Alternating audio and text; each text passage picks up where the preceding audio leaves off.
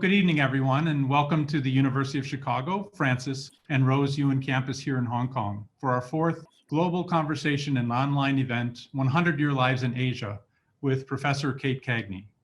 My name is Mark Barnico, and I'm the Executive Director of the University of Chicago, Francis and Rose Yuan campus here in Hong Kong. The Yuan campus here in Hong Kong is a premier location in Asia, which represents the University of Chicago's values of free and open discourse, rigorous debate, and the exchange of ideas. The 100-Year Lives in Asia series is one of the new programs developed by the Yuan campus team under the Yuan Lecture Series banner, along with Professor Kate Cagney. Tonight, we're again delighted to welcome Yuan scholar Professor Kate Cagney from the University of Chicago's Sociology Department to host the fourth of 7 episodes of our program, 100-Year Lives in Asia. Tonight's conversation topic is intergenerational transfer of wealth. The 100-Year Lives in Asia program discusses more than aging and the elderly. The program was created for us to rethink the arc of a single human life. The COVID-19 crisis and ensuing financial challenges to many people's nest egg is on everyone's mind. So tonight we'll take a look at some regional data from experts and experiences from our esteemed guest to better understand the trends and influences and best practice when transferring one's wealth. The remaining episodes of 100-Year Lives in Asia will continue to be broadcast every 2 weeks. Our 5th episode on July 2nd is entitled Responsibilities Across Generations. Please plan to join us for the next online event. Now I'd like to get to the program and introduce the chair of 100-Year Lives in Asia, Kate Cagney. Professor Cagney is the professor in the Department of Sociology at the University of Chicago and the Director of Population Research Center, NORC, and the University of Chicago. Good morning, Kate. Good morning, Mark, and thank you. Thank you. I'll turn the program over to you. Great. And as Mark noted, our next 2 sessions focus on intergenerational relationships, with this one zeroing in on economic status and wealth. So longer lives, of course, suggest a deepening of relationships between and among generations. That said, longer lives also suggest more years in a health compromised state and potentially more family resources expended near the end of life for health services or related supports. What might this mean for the collective resources of the family and our families having these important conversations? Let me tell you about the experts who will guide our conversation today. Professor Charles Horioka is Professor of Economics at the Research Institute for Economics and Business Administration at Kobe University and concurrently Distinguished Research Professor at the Asian Growth Research Institute and Invited Professor at the Institute of Social and Economic Research at Osaka University. He focuses on household and family economics, the Japanese economy, the Asian economies. He's written numerous articles on consumption, saving, and bequest behavior in parent-child relations in Japan, the US, China, India, Korea, and Asia more generally. Previously, Professor Horioka taught at Stanford, Columbia, Kyoto, and Osaka universities, and was also a professor of technology and evolutionary economics Centennial at the University of the Philippines. He's also a research associate at the MBER. Trained in economics at Harvard University, his article with Martin Feldstein, Domestic Saving and International Capital Flows, documented a positive correlation between long-term savings and investment rates across countries. This result has come to be known as the Feldstein-Horioka puzzle, and the article is one of the most cited in international finance. In 2001, Professor Horioka was awarded the 7th Japanese Economic Association Nakahara Prize, which is given annually to the most outstanding Japanese economists aged 45 or younger. Horioka is president-elect of the Society of Economics of the Household, formerly co-editor of the International Economic Review, and now co-editor of the Review of Economics of the Household. Welcome, Charles. Thank you very much. It's a pleasure to be here. We're thrilled to have you. So, and let me tell you a bit about your conversational partner today. Professor Roger King is Adjunct Professor of Finance at the Hong Kong University of Science and Technology, where he received his training. And he is Senior Advisor and Founding Director of Tanoto Center for Asia Family Business and Entrepreneurship Studies. A former US naval officer and member of the technical staff of Bell Labs, he has served as non-executive director and CEO of the Orient Overseas International, chairman and founder of ODS Systems Pro Computers, chairman of Euroasia Shipyard, chairman of Pacific Coffee, president and chief executive of Society International Holdings, independent non-executive director of Sincere Watch, board director of Aero Electronics Corporation, supervisory board member of TNT Express, and president of Harvard Business School Association of Hong Kong. Professor King is currently honorary court member of HKUST, member of the Board of Governors of Tel Aviv University, and member of the advisory board of the Koller School of Management, also at Tel Aviv. He's member of the Academic Council of Moscow School of Management and chairman of the Case Center Committee, Association of Asia Pacific Business Schools, and also a member of the Advisory Council of the Israeli Center. And finally, I want to note that he is a member of the editorial board of the Journal of Family Business Strategy. Welcome, Roger. Thank you. So Charles is going to start us off and provide sort of an overarching view of how we might think about the intergenerational transfer of wealth. Thank you, Kate, for the kind introduction, for organizing the 100-Year Lives in Asia series, and for inviting me to be a part of today's conversation. It's truly my pleasure. Well, as you probably know, the Japanese people have virtually the longest life expectancies in the world. And life expectancy in Japan hit a record level in 2018, more than 81 years for men and more than 87 years for women. Moreover, it's been estimated that 20% of Japanese women born in 1990 will live to be at least 100 years old. So 100-Year Lives, the title of this series, is no longer a fantasy, but a reality, at least in Japan. And being able to live that long is, of course, a good thing for individuals, especially since people are not only living longer, but staying healthier for longer. But living longer also presents various difficulties, not only for the individual himself or herself, but also for the society as a whole.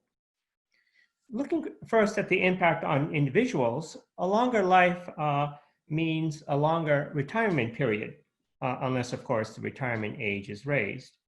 And a longer retirement period means more financial resources are needed to finance living expenses during retirement.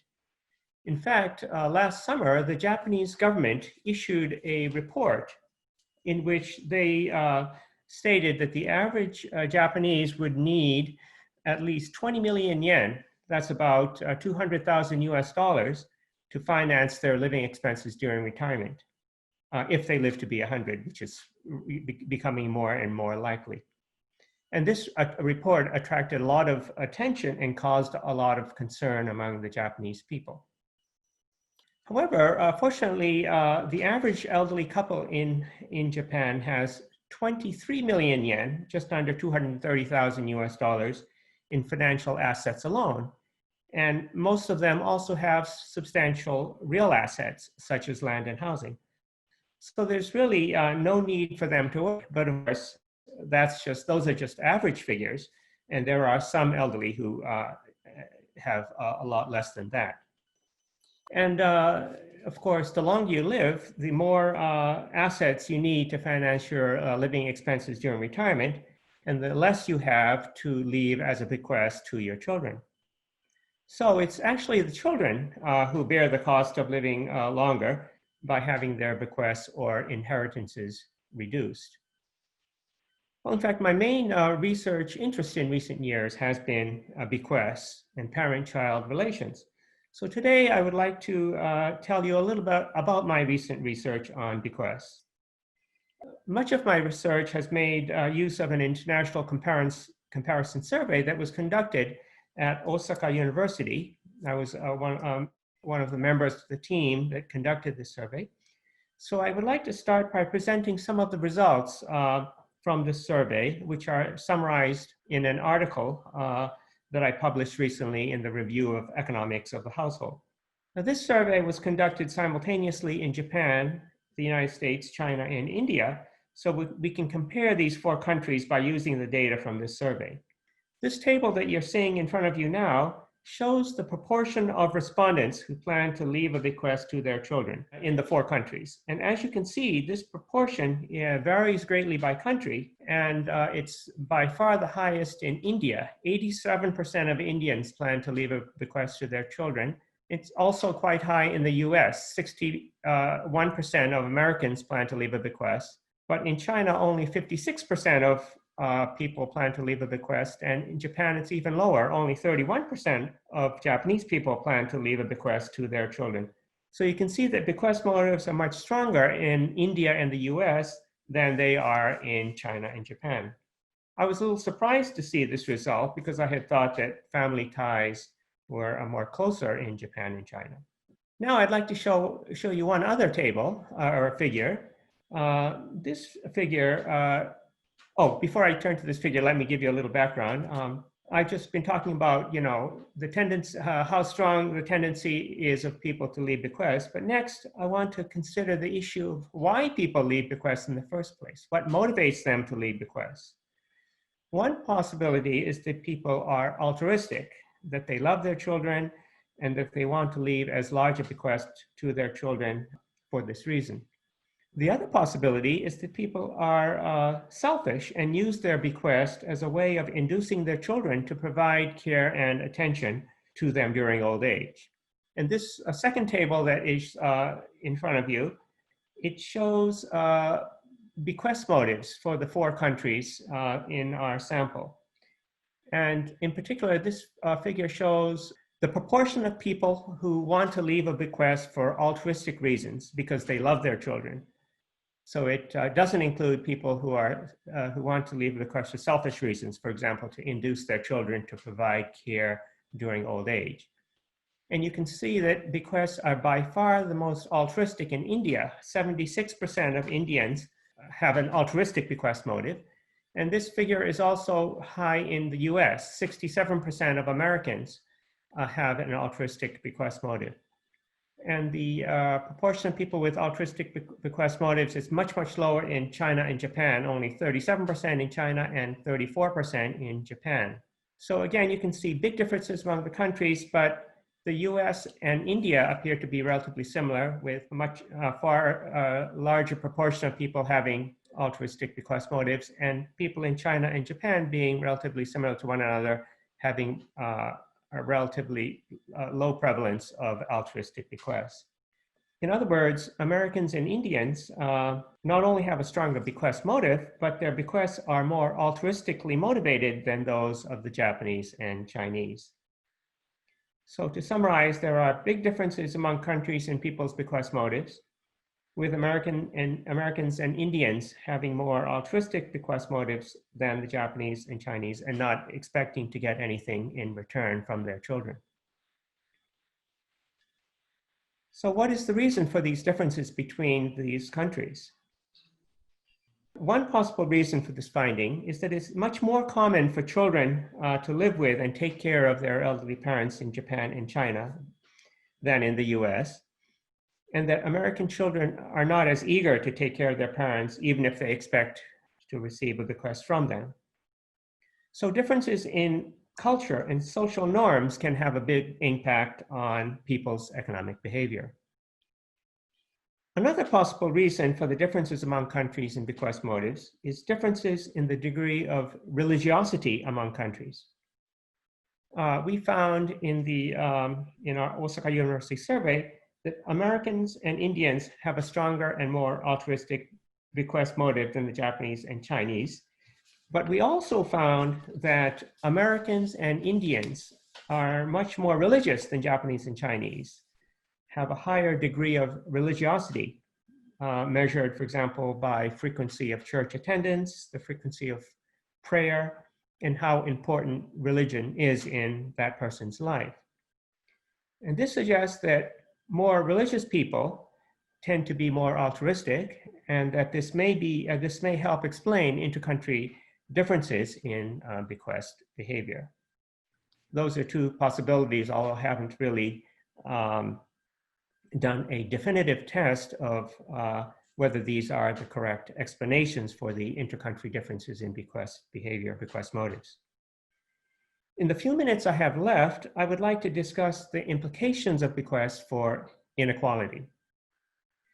Since not everyone receives bequests, bequests can have a disequalizing impact on wealth, with those receiving bequests becoming wealthier compared to those not receiving bequests. And to avoid this outcome, it might be desirable to impose a tax on bequests, an inheritance tax or an estate tax, to discourage people from leaving bequests. So everyone, starts life on with an equal footing. However, I would like to note that it makes a big difference whether people are altruistic or selfish. If bequests are altruistically motivated, the parents get nothing in return from their children, so children will experience an increase in their wealth when they receive a bequest. By contrast, in the case of selfishly motivated bequests, the bequests are in effect payment for care received from one's children. So children will not necessarily experience an increase in their wealth because the bequest they receive from their parent will be offset by the value of the care they give to their parents. So the wealth disequalizing impact of bequests will be much greater when bequests are altruistically motivated, as they are in the US. So to sum up, bequests have an important impact on not only on those who leave bequests, namely the parents, but also on their children, on the people who receive bequests, namely the children. And therefore, I think this is a topic of worthy of further research and investigation. In closing, I just wanted to note that I'm an American of Japanese descent, and I'm still trying to figure out if my behavior is closer to the typical American or to the typical Japanese. Thank you very much for your attention. Thank you, Charles. And we'll address that and a number of other questions in our Q&A. I think your research has raised some really important concepts and dynamics and really is helping us tap into, I think, notions of culture and lineage. And so we'll get back to those after we hear from Roger. Yes, good evening, good morning, wherever you are. So I have a short presentation as well. I have a few PowerPoints. Yeah, the title, of course, is Intergenerational Transfer of Wealth. I want to share my personal experience in that. And when we think about wealth, we tend to think about financial wealth. What I want to do is expand that and talk about wealth in a different sense. In fact, the three desires of what I call family patriarch matriarchs, I have a chance to come across many of them in my life, and they actually focus on three specific areas of what I call preservations, and I've coined that into what I call 3 Ps now. First is preservation of financial wealth for future generations, and I'll come back to that. Why is wealth important? In this part of the world, you want to create wealth for the next generation, not just for yourself, but also for future generations. And we're looking at for many generations to come. The second is preservation of family harmony. This is very, very important. The notion of family, especially in our part of the world, is very, very important. The concept of Asians, as Charles mentioned, we are a little bit different, even though I too am American born, so-called ABC, American born Chinese. Family is very, very important, and we tend to do things on a collective basis. And we see Westerners tend to do things very much on an individualistic basis. So family harmony is very, very important. And here I'd like to just bring everyone's attention to a book a friend of mine has written. And the title of the book is called Destructive Power of Family Wealth. Okay, so poor families, of course, they have problems, but wealthy families very, very often get into fights over money itself. Okay, so the third preservation is family name, and this part of the world is very, very important. Legacy and value and social capital. Okay, so including importance of education itself. So I coined this into what I call 3Ps itself. So let's take the next, just go very, very quickly of personal journey. I start the journey with my two grandparents, paternal and maternal grandparents. They were all, my paternal grandfather was the first president of Bank of China for Zhejiang province. And my maternal grandfather was the head of the savings division of Bank of China. In fact, my parents were arranged their marriage. They were married, I believe, in their teenage years. Here, I want to show a photo. Just this is a photo of my father and mother just about before they went to United States for his education, his master's degree. This fellow here, if you can see, this is my father and this is my mother. And I had two brothers. This is one of my brothers, and this is the other brother here. So my parents went to the United States. They think it was going to be a short stay. So the two brothers actually stayed behind and was taken care of by the grandparents. In this photo, this is my grandfather, paternal grandfather. This is my great-grandmother. My paternal, in typical Chinese family, he had two wives, okay? And this is my uncle, my father's brother. He had three wives. So things get very, very complicated in the Chinese family itself. So he went to University of Michigan, where I did my undergraduate, and he went to study political science itself.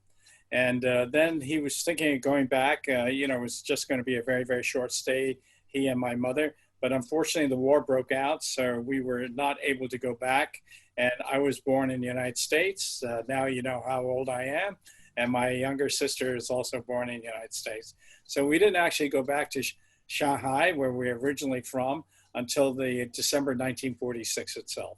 So, the communists came to Shanghai in 1949. Originally, we were to leave Shanghai, and but my parents and my grandparents decided to stay behind. And so I want to show a picture. This is my mother, and next to him, and this is my brother.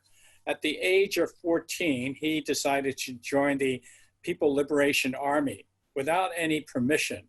And that was a trigger point itself for all of us to leave Shanghai to go back to the United States. He unfortunately had to stay behind. So we returned. By the time we got back to New York, it was 1952. So, at that time, many of you may or may not be aware of it. There's in the United States, there's a thing called Chinese Exclusion Act. And basically that was not lifted until 1943. And prior to that, Chinese laborers going to the United States, they could not bring their family along. And of course, Chinese were very, very much discriminated against. Okay, this is a picture of my brother and the one on the other side in the naval uniform. As Kate mentioned, I was a U.S. naval officer after I left university. How many people are aware of in the same family, one sibling is a PLA soldier and the other one is a U.S. naval officer? So I thought I'd show that picture, even though we don't look very much alike. Okay, so I want to show a little bit about preservation of family harmony itself. There'll be a series of slides, and family harmony is one very, very important thing. To me, this is part of the value system itself. And of course, you talk about wealth. This is, again, it's non-financial wealth. This is a picture that was taken in the mid-1980s. These are my children's cousins, and they built themselves a pyramid. This is 1985, okay? So there are 13 cousins altogether. This is on my wife's side of the family. And so, this is kind of interesting. They pile them up. This is my son, this is my daughter, and my other son is here, okay? So, and these are the cousins. So starting 1985, they were building this pyramid, and they build this pyramid every single year. So when it gets getting close to now, they can't climb on top of each other. These are the cousins and some of the siblings. but we get together every single year on the same beach and we build the same pyramid, okay? Again, you can see now this pyramid is no longer exists, okay? But they still get together and have photos with the siblings and everything else. Again, we do this same beach every single year. And people are now living all over the world and we get together every single year. And usually about Christmas, New Year time. This is now the generation below them. Okay, I call it the fourth generation. So they started the pyramid system itself. So you can see now there are lots of, the pyramid tradition is maintained. You can see, again, this is just another angle. I think this is probably the most recent one taken maybe 2 years ago. At the same time, as a family group, we always spend between Christmas and New Year's here in Hong Kong. As I said, people from all over the world come and we have the same photo taken every single year at Hong Kong's Disneyland. So we actually have 3 generations. Our generation, we call ourselves Generation 2, and I'll explain to that to you in a few minutes. And there's Generation 3 and Generation 4. And of course, all the siblings and spouses as well. So one of the family value that we value a lot is education. In fact, similar to the Jewish diaspora, education is very, very important itself. Here, I just want to show you, so this is basically myself, okay? I went to Michigan, NYU, then I did, of course, the Harvard Business School, then I finally went to HKUST for my Ph.D. This is my children's, okay? They went to Phillips Academy, and one of them went to Eton College and my son also went to Harvard, and my daughter and son, University of Pennsylvania, Wharton, and my 2 sons, when they graduated from university, I actually sent them to Beijing University to learn a little bit about the Chinese culture, because when they were growing up, they always asked me, are we Chinese? Because we speak English at home, okay? And this is my grandchildren's thing. And actually, I now have 2 of my grandsons, one at Northwestern and the other one at Princeton. So, and they're all going to boarding school. So education is very, very important itself. Okay, this is a photo. I actually went back to university and I finally got my PhD at the age of 66, okay? It took me 40 years to get my PhD, but I finally did it, okay? So I was maybe peer pressure at home and so forth. My brother has a PhD, my brother-in-law has a PhD. So again, PhD myself as well. Here, this is hopefully makes sense to a lot of people.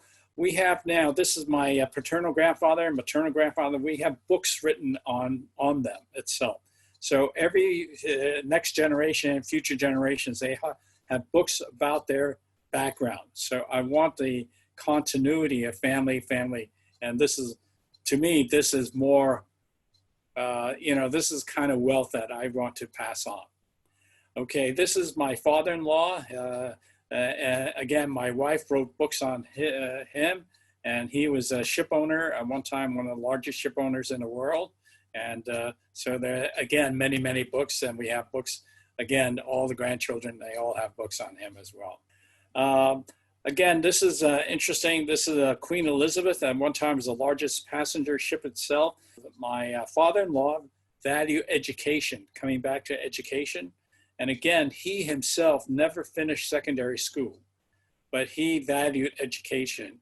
And he bought this ship and converted into a floating university. But unfortunately, at the last stage of conversion, it caught fire, and the fire department here in Hong Kong, they put too much water on it, and the ship was unfortunately destroyed, and he bought another ship. So the concept of semester at sea was his creation. So again, education is very, very important, even though he himself never had received a formal education. Okay, and again, value of legacy value and everything else, because he's well known in the maritime industry. My wife created a museum. This is in Shanghai Jiaotong University. She converted one of the old boys' dormitory into a maritime museum. So anyone ever visits Shanghai, you can go visit the museum over there as well. As mentioned by Kate, I'm on the board of governors of Tel Aviv University. And Tel Aviv University has a summer camp for teenagers, for those of them interested in STEM, science, technology, engineering, and math. And so while I was there, I said, oh, can I bring some students from China? And said, sure, why not, as long as they can speak some basic English itself. So I sponsored 16 kids to spend a summer. This is 3 years ago, summer over there. And I did it in the name of my grandfather itself, okay? Okay, so this 2019, I decided that, the Chinese kids going to Israel is great, but how about bringing the Israeli kids to China? So we have 40 kids, or last year, spend 1 week in China, 1 week in Tel Aviv, and 1 week in Hong Kong itself. Okay, the concept of family office, and we can talk about it separately. So this is one of the ways to maintain family wealth, okay, both financial and other wealth itself. So let me end my talk here. Thank you. Thank you so much, Roger. Would love for Charles to pick up on some of those key themes that Roger noted. I mean, one is thinking about sort of early life investments in education and how that plays out in the way that families might be thinking about bequest behavior. Charles, would you like to take that on? Yes. I was really interested in Roger's presentation. He has a really quite a very impressive and wonderful family spanning 4 generations. But I think our 2 presentations are very complementary. Mm-hmm. I presented some, some dry statistics from, household surveys, whereas Roger, his presentation was much more personal. He talked about himself, his family, his grandparents, parents, children, and grandchildren, and so on. So I think it's very useful for getting 2 different perspectives on the same issue. But I think our presentations were also very similar in the sense that they pointed out there are very big differences, cultural differences among countries. And in Japan, as well as in China, the 2 countries are very similar, partly because they're in Asia and partly because Japan was so heavily influenced by China. The 2 countries are very similar in the sense that there's enormous emphasis placed on the family, enormous emphasis placed on education. And I think that comes through in my survey results as well. The fact that the Japanese and Chinese, I use the word selfishly motivated bequest, but I think it's more like a two-way relationship between the parents and the children. The children don't get something for nothing. They have to give something in return to the parents. For example, have a reunion with the family once a year, like your family does, or take care of the parents when they become old and frail, and so on. So I didn't mean to use the term selfish as a derogatory term. I think I meant to say that it's a two-way relationship where it's more of a one-way relationship in the West, and that appears to be more altruistic in some sense. That reminds me of exchange behavior, and just to clarify this notion of bequests and how families engage, right, in different forms of investments. It sounds like in the Chinese and Japanese cases, you noted children and parents are much more likely to co-reside.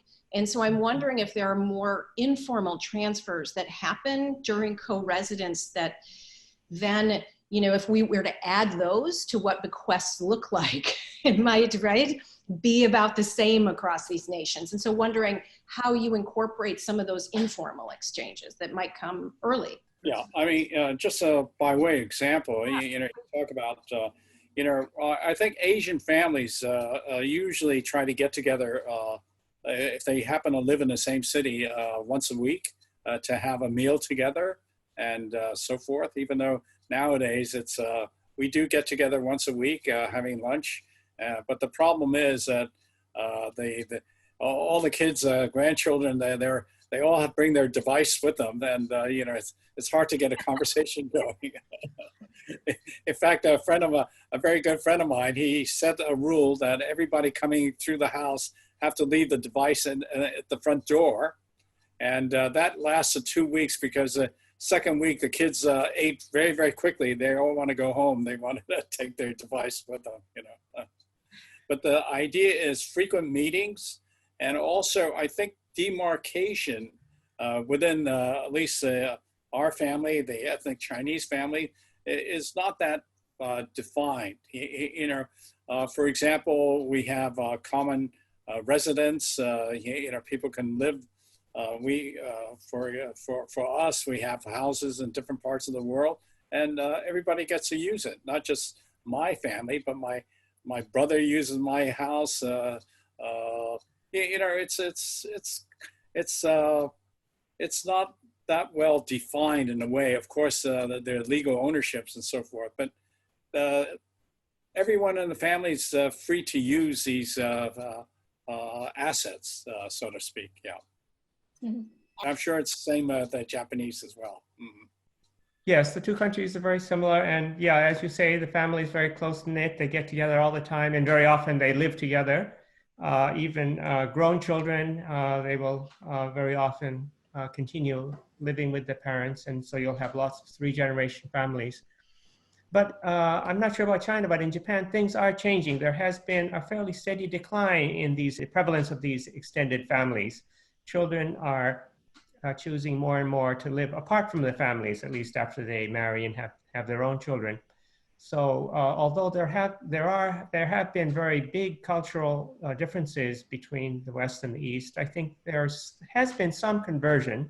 You know, maybe your grandchildren playing with their devices is one manifestation of this convergence.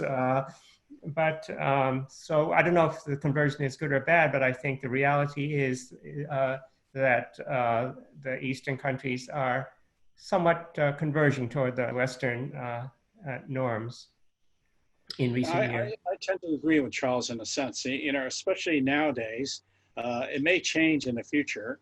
For example, even my generation and my next 2 generations are all educated in Western countries, whether it's the UK or the United States. And so they bring back, even though they come back or live in our part of the world, they bring back the Western culture as well. So I tend to call them bicultural, okay? The notion of biculturalism, yeah. But I think it's not a bad thing, you know, because you can extract the best of all cultures, which I think is very, very important. I have an interesting question that's come in from a listener who says, having lived in US, Hong Kong, China, and the UK, the listener says, it seems to me that there are larger factors than altruism and the economic burden of elderly care. In the US and UK, the large majority of the older generation has accumulated wealth through decades of stable employment, increase in the value of housing, secure pensions. So they're in a position to, right, engage in bequest behavior. And this is less secure in the younger generation. And sort of, Charles, this links to your earlier point. The listener says in China, it's the opposite. The urbanized younger generation is better off, and they're not moving back to the countryside to take care of family. Mm-hmm, mm-hmm. Well, that's a very good point. You have to take account of the, you know, these economic factors that in the US and the UK and the Western countries, growth has been relatively slow. And so the children were not necessarily all that more, you know, affluent than the parents, whereas in Japan as well as China, we had extended periods of double-digit economic growth, as a result of which the children's lifetime incomes were much, much higher than the parents. And so that, you know, the parents' wealth, the parents are really not able to accumulate, you know, substantial bequests to leave to the children.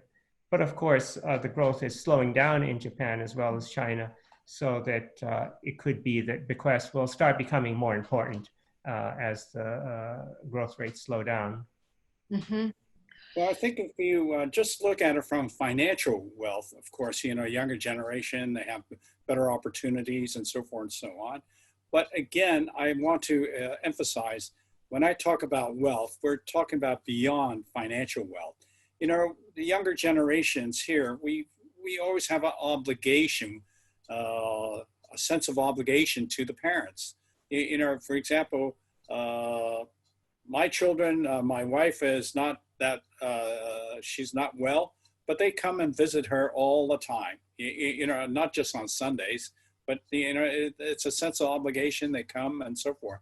And quite frankly, tomorrow's her birthday, big birthday, and they're all going to come. You know, yeah, it's a sense of obligation, quite frankly. You know, and they'll bring their children, so we'll have 3 generations coming over for her birthday.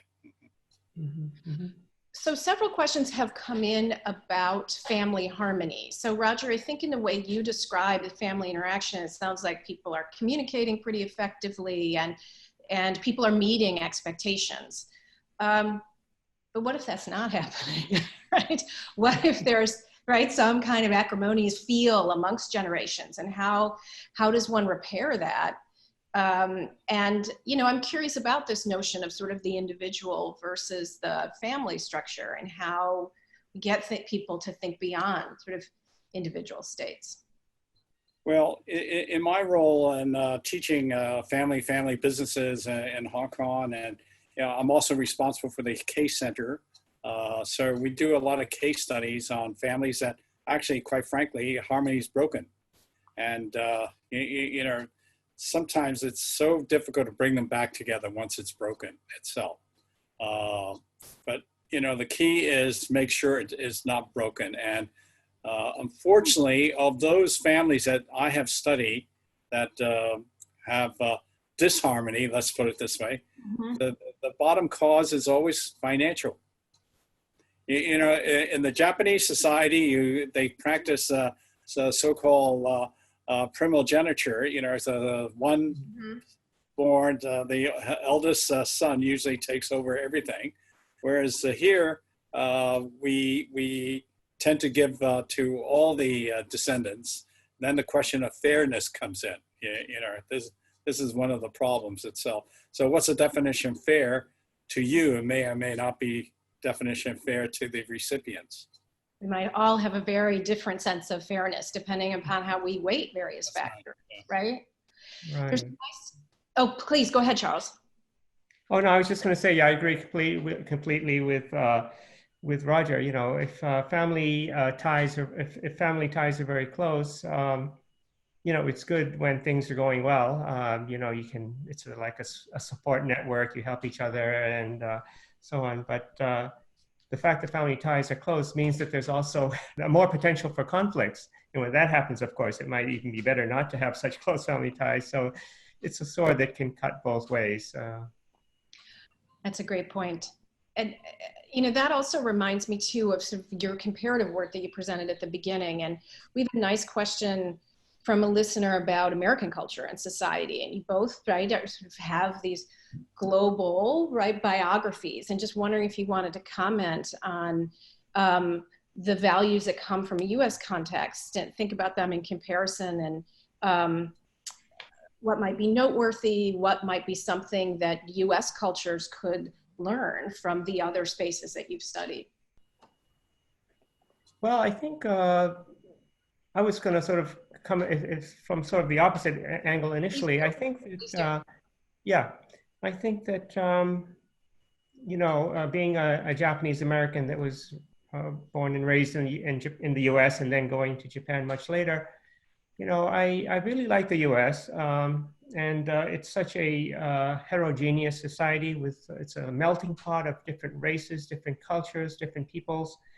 And well, unfortunately, recently there has been a lot of racial conflict, which is very sad. But, you know, in general, there has been, you know, given there's so much diversity, I think it's surprising that people have, in general, you know, been able to get along so well in the US and appreciate each other. And I think, you know, that's something that other countries can learn. Like Japan, there's less racial conflict simply because it's such a closed and homogeneous society.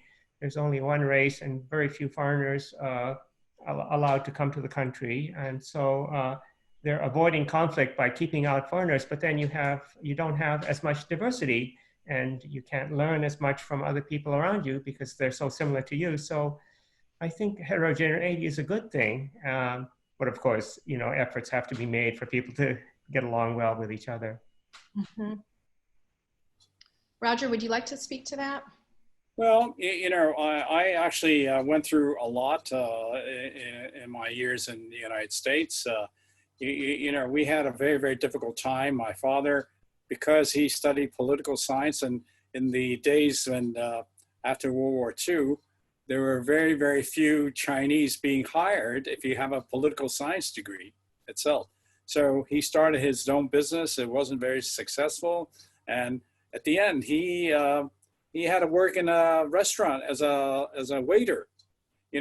This is the son of the president of Bank of China is working as a waiter, and I'm my summer job, I keep telling my grandchildren, was washing dishes. Okay. My other brother was a busboy, but I look back on that. It actually, made my current life much more interesting, I think, having gone through all the challenges we have to go through. And I think a lot of other immigrants have to go through the same issues, and they come out sometimes better than if they hadn't had to go through all that. Mm-hmm. And that raises, I think, these sort of fundamental questions about how families accumulate wealth, and thinking about sort of notions of inequality. Charles, you mentioned, the last few weeks in the protests we've had in the United States, and they come, right, and are motivated by a specific event related to police brutality, but also touch on fundamental issues related to power and wealth in cities, and the ability, I think, of families to accumulate wealth and pass that on to the next generation. For instance, really important differences between African American and white families in terms of home ownership, which is, right, something kind of foundational that parents can pass to children. I wonder if you wanted to comment about sort of how might we imagine that low-income families can begin to accumulate a bundle of goods that they can share with the next generation? Right. Well, it's really hard to accumulate wealth if you have barely enough to Exactly. finance your own living expenses. But there's an enormous inequality in the U.S., and I think the wealth inequality is actually larger than the income inequality. I have a very good friend, Ed Wolf, a professor at New York University, and he's done a lot of very interesting research about racial differences in wealth accumulation.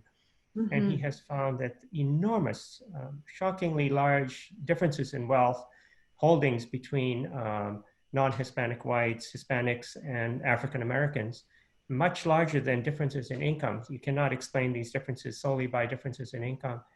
And so, the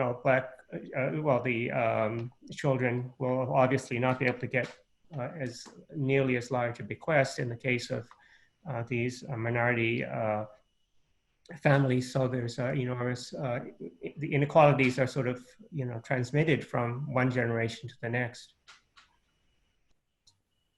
Roger, would you like to comment broadly about how we might advise families related to wealth accumulation? You've written broadly on this topic. Well, yeah, I mean, basically, particularly Asians and ethnic Chinese, wealth accumulation is very, very important. And one of the P's, you remember preservation of wealth, financial wealth itself. And so the question is that why is one accumulating this wealth? What is it for? Is it for themselves, or is it for subsequent generations? And I think for Asians, they think for future generations itself. We don't think about, oh, I want the wealth for myself. I want the wealth so future generations not only can maintain our lifestyle, but they can even do better than where we are today. That's the important thing. Like, like I said, we struggle in the United States in the late 40s and early 50s and so forth. But we all managed to get through, and today we're doing very, very well. And of course, I'm hoping future generations will have even a better opportunity life than myself and my siblings. So wealth accumulation is really for next generation, not for your, we don't think about it as, oh, when I get old, do I have to go to, have somebody take care of me? But, the children, it's their obligation to take care of the older generation anyway, so that this is our culture. And so our wealth is passed on to them, but they have an obligation to take care of us when they get older, when we get older, sorry. Yeah. Is it okay if I just chime in here? I would, please.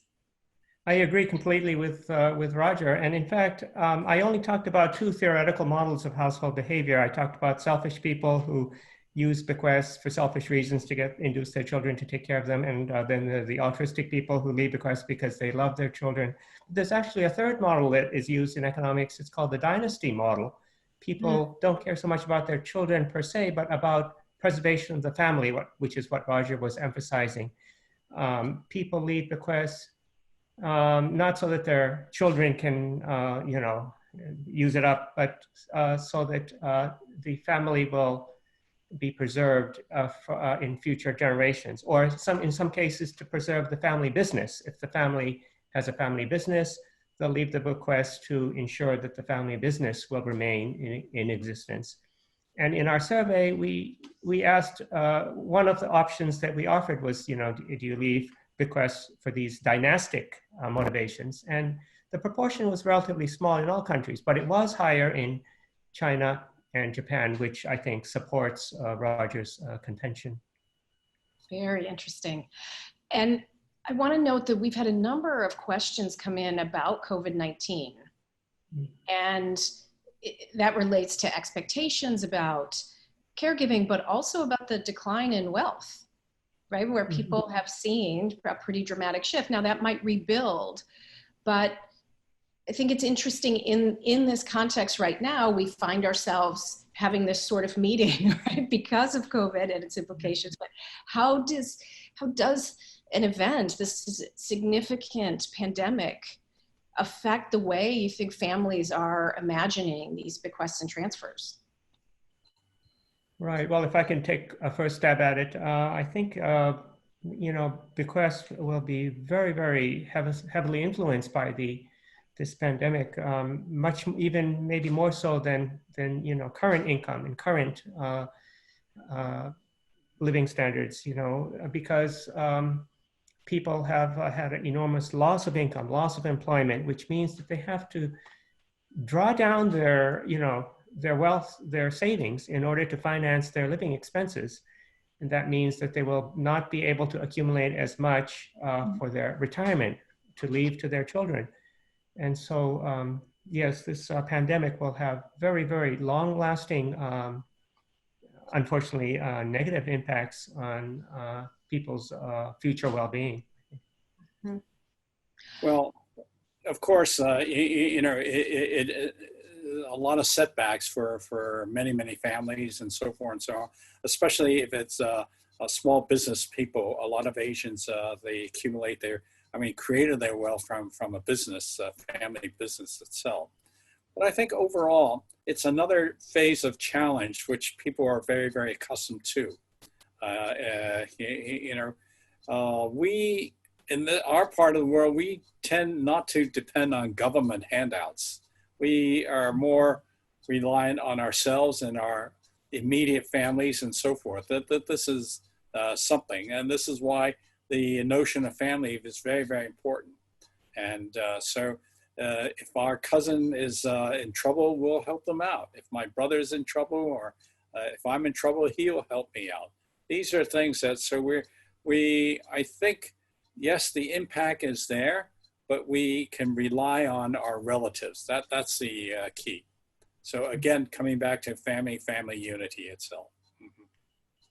We're coming to the close of our session, but I wanted to share a provocative question here, if I may, and then ask you if you have some summary comments. We have a listener who asks about the billionaire promise, and says, you know, Bill Gates and Warren Buffett, many others are giving the majority of their wealth away as part of this, right, framework that says I'm going to give it to charity and not give it to my kids. Is there any kind of phenomenon like that in the countries that you both have studied? For us, probably yes. You know, philanthropy is a very, very important element in our society itself, but not to the extent I'll give a 90% or 99% away, but the willingness to give a large percentage of one's wealth, that does exist. And it's not just today, it's in existence all along, all the time. You know, one of the things, you know, for example, even today, I started this small project with the summer camp, but it's not in my name, it's in my grandfather's name. But interesting enough, he has a memorial hall built by the government in Hangzhou, where Alibaba is. You know, again, because he was a major philanthropist in his days. So, you know, it's part of our culture. Charles? Well, I think, yeah, it's a good idea to end on this topic of philanthropy, charitable giving, because up until now, we've been focused on leaving assets to one's children, but then there are lots of people who leave assets to complete strangers, to charities and to foundations. And I think that's more prevalent in the West, at least until now. There has been less of a, you know, tradition of leaving money to charity or to philanthropy in the East, maybe because, you know, there's so much emphasis on transferring wealth or leaving wealth to one's own children. But I think there has been an uptick in, you know, the amount of charitable giving and philanthropy in the East as well. But I really think there is an argument to be made for that, you know, philanthropy and charitable giving is good even for one's own children, because if you give them too much wealth, you're going to spoil them. They might become lazy and not work. And that was one reason why Andrew Carnegie, many, many decades ago, he chose to give all of his wealth to, he was an early Bill Gates, a forerunner of Bill Gates, all his wealth to charity because he didn't want, you know, to spoil his children.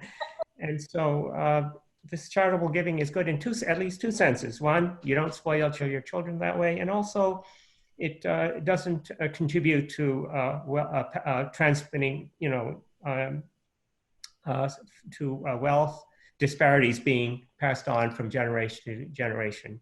Everyone will start on equal footing. So it's fairer in some sense. I just want to comment on one thing. You know, today, if you visit the villages in China and so forth and so on, you know, all the schools and all the hospitals have a name on it, some family name on there, okay? And it's given by some family itself. And so my first trip to Israel, that was also very, very interesting, to Tel Aviv University, I noticed every building on campus was named. Every major hall was named. Every major classroom was named. So I was jokingly telling people, you know, by the way, I need to go to the men's room. Is that named also? You know, so, you know, the idea of giving, you know, the Jewish people give back to their society, and the Chinese, and I'm sure the Japanese too, give back to their society. So it's not a new thing. That's part of our culture. Well, I wish we had an after show because there's so many questions that have come in and the hour has gone so quickly.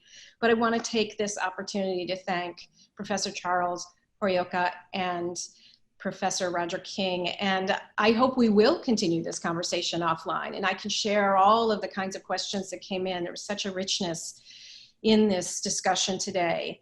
And I want to remind our listeners that on July 2nd, we'll continue to talk about this intergenerational relationship piece with a session titled Responsibilities Across Generations. And Charles and Roger, I hope you'll both tune into that session and send in provocative questions. Thank you for your Thanks time. very much. It was a pleasure. Yeah, it was our pleasure. Thank you. Thank you.